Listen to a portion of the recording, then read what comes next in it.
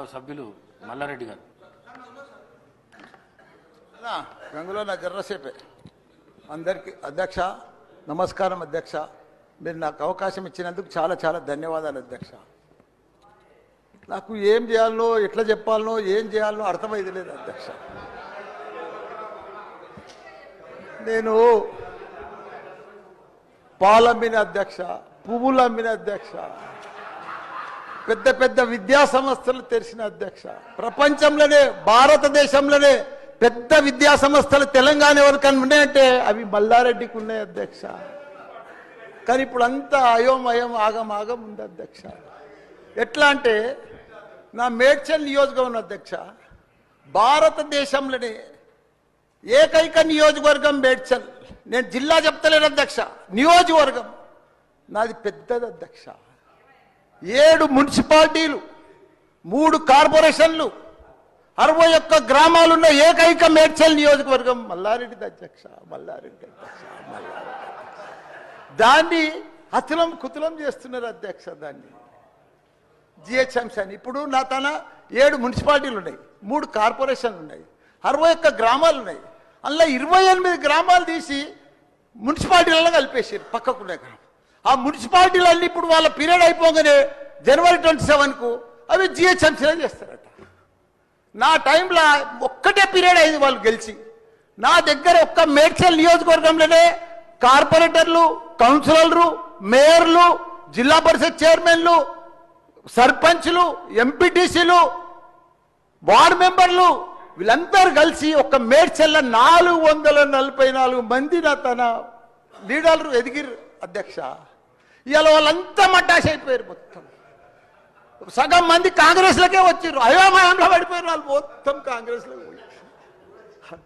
ఎందుకంటే మళ్ళీ ఎలక్షన్స్ వస్తాయి, మళ్ళీ మున్సిపల్ ఎలక్షన్స్ వస్తాయి, మళ్ళీ సర్పంచ్ ఎలక్షన్ వస్తాయి అంటే ఏ మున్సిపల్ లేదు, కౌన్సిలర్ లేరు, అన్ని జీవోలు కూడా వచ్చేసినాయి అధ్యక్ష. ఆల్రెడీ మున్సిపాల్లో గ్రామాలు కలిసిపోయినట్టు, మళ్ళా గ్రామాలని మున్సిపాల్ కూడా అన్ని జిహెచ్ఎంసీలో కలిసినట్టు. ఒకటి అధ్యక్ష, కలుపుని తప్పు లేదు. 9 మున్సిపాలిటీలు అప్పుడు సరౌండింగ్ షేర్లింగంపల్లి కానీ కొద్బుల్లాపూర్ కానీ ఇవన్నీ కలిపినప్పుడు ఏమీ లేదు. ఇప్పుడు మా తాన కూడా మున్సిపాలిటీలలో ఇప్పుడిప్పుడే ఈ 5 ఏళ్ళనే డెవలప్ చేసినాం మేము.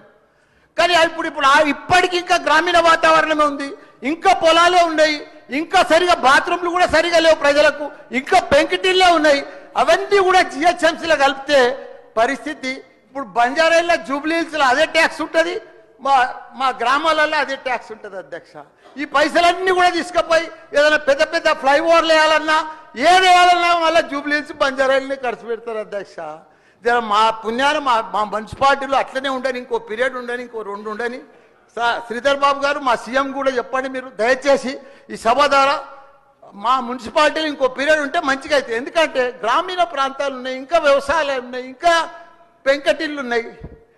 మనం అన్ని ఇప్పుడు అన్ని కూడా జిహెచ్ఎంసీలో కలిసినట్టు. నాకు గ్రామర్ రూరల్ లేదు, ఎంపీటీసీ లేదు, సర్పంచ్ లేడు, కౌన్సిలర్ లేడు, ఓన్లీ కార్పొరేటర్. అది కూడా 20-30 వేలకు ఒక్కరు అవుతారు.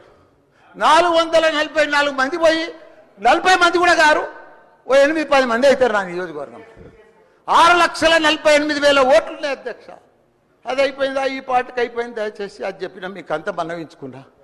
హైడ్రా భారతదేశంలోనే మన హైదరాబాద్ అంటే తెలంగాణ రాష్ట్రం అంటే ప్రపంచమంతా మోగిపోయింది అధ్యక్ష. ఐటీ రంగంలో కానీ ప్రతి ఒక్క డెవలప్మెంట్లో కానీ ప్రతి దాంట్లో కూడా హైడ్రా వచ్చినాక ఒక్కసారి హైడ్రా ఏం పెద్ద తప్పు పని చేయలే, కానీ హైడ్రా వచ్చినాక ఒక భయాందోళనతో మొత్తం కుప్పగొలిపోయింది అధ్యక్ష. హైదరాబాద్ సిటీ దిష్టి తగిలిపోయింది అధ్యక్ష. నువ్వేమన్నా అనుకో, ఎందుకంటే నాకు పెద్ద ల్యాండ్ బ్యాంక్ ఉంది, నాకు పెద్ద విద్యా సంస్థలు ఉన్నాయి, నాకేం నష్టం లేదు, నేనేం ఎఫ్టీఎల్లో లేను, బఫర్ జోన్లో లేను. నేను జనరల్గా చెప్తున్నా, అభివృద్ధి అమెజాన్, గూగుల్, ఫేస్బుక్, యాపిల్ లాంటి కంపెనీలు అమెరికా తర్వాత ఇక్కడ మన హైదరాబాద్ తెచ్చిండు మన కేటీఆర్ అధ్యక్ష. హెడ్ క్వార్టర్స్ ఈయనే ఉండే అధ్యక్ష.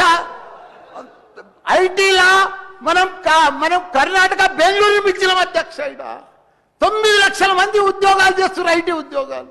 పెద్ద పెద్ద ప్రపంచం అంతా కూడా హైడ్రా తీసుకొచ్చి పెద్ద పెద్ద వాళ్ళకు బుగులు పట్టిపోయింది అధ్యక్ష. గరీబ్ వాళ్ళు అయితే గుండెలు వలిగిపోయినాయి అధ్యక్ష. మరి అది ఎందుకు తెచ్చిర్రో ఏమో మళ్ళీ నాకు అర్థం కాదు.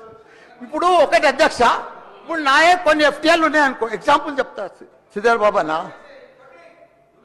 మన ఇంట్లో మన సెల్ ఫోన్లో చూస్తే మన భూమి అన్న జర్సెప్టి ద ఫ్లో ఆగిపోతుంది అన్న. మీకు దండం పెడతా, మీరంతా చాలా మేధావులు. మన ఇంట్లో కూర్చొని కూడా మన పొలం హైడ్రాల్ ఉందా, చెరువు ఎఫ్టీఎల్ ఉందా, బఫర్ జోన్లు ఉందా చూసుకోవచ్చు. అంత టెక్నాలజీ వచ్చింది. గూగుల్లోకి పోతే చూసుకోవచ్చు. చూసి ఎవరెవరికి ఉందో ముందే నోటీసులు ఇచ్చి ఓపికతో అర్జెంట్ ఏముంది, తెల్లారి శుక్రవారం పొద్దుగల్లే పోయి శనివారం పొద్దుగల్లే పోయి కూలగొట్టాలని ఏముంది అధ్యక్ష. నిదానంగా వాళ్ళు కూడా మన తెలంగాణ ప్రజలే. వాళ్ళంతా కూడా మీరు ఓటేస్తేనే మనం మంత్రిలో కూర్చున్నాం. మనం అంత ఆదల బాధ ఆధార్ చేసేది, టెన్షన్ చేసేది ఏం అవసరం. మంచిగా నోటీస్ ఇచ్చి బాబు చేంజ్ చేసుకో, మార్చుకో, చూసుకో, నీకు ఇది ఇస్తాం, గరీబోడు ఉంటే ఇది ఇస్తాం, ఈ బెడ్రూమ్లకు అని నిమ్మడంగా చేస్తే అయిపోయాయి కదా. ఇంకా 4 ఏళ్ళు ఉంది కదా మీకు. ఈ ఏడాదిలోనే ఫస్ట్ ఇయర్లో చేయాలని ఏముంది, అన్ని కొన్ని చేసుకుంటా వండి. రియల్ ఎస్టేట్ అయితే అధ్యక్ష రియల్ ఎస్టేట్ అయితే కుప్ప కూలిపోయింది. ఏదైనా పెళ్లికి అమ్ముదామన్నా కొంటలేరు ఎవరు, పైసల రొటేషన్ లేదు, వ్యాపారాలు లేవు, బిజినెస్ లేవు, ఏమీ లేవు అధ్యక్ష.